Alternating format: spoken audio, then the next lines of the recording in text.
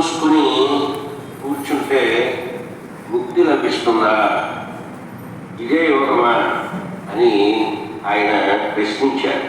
ఎందుకంటే పతంజలి మహర్షి యోగ చిత్తవృత్తి నిరోధ అని సూత్రీకరించారు.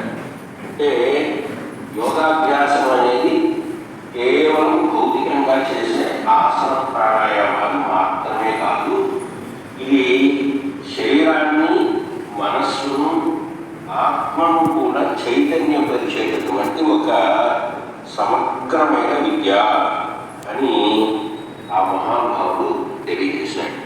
అందువల్ల మనం ప్రపంచంలో అనుకునేటటువంటి యోగం అది పరిపూర్ణమైనటువంటి యోగంగా మనకు పరిచయం కాలేదు. గురుముఖత మనం ఆసన ప్రాణాయామాలు, ముద్రలు, ధ్యానము,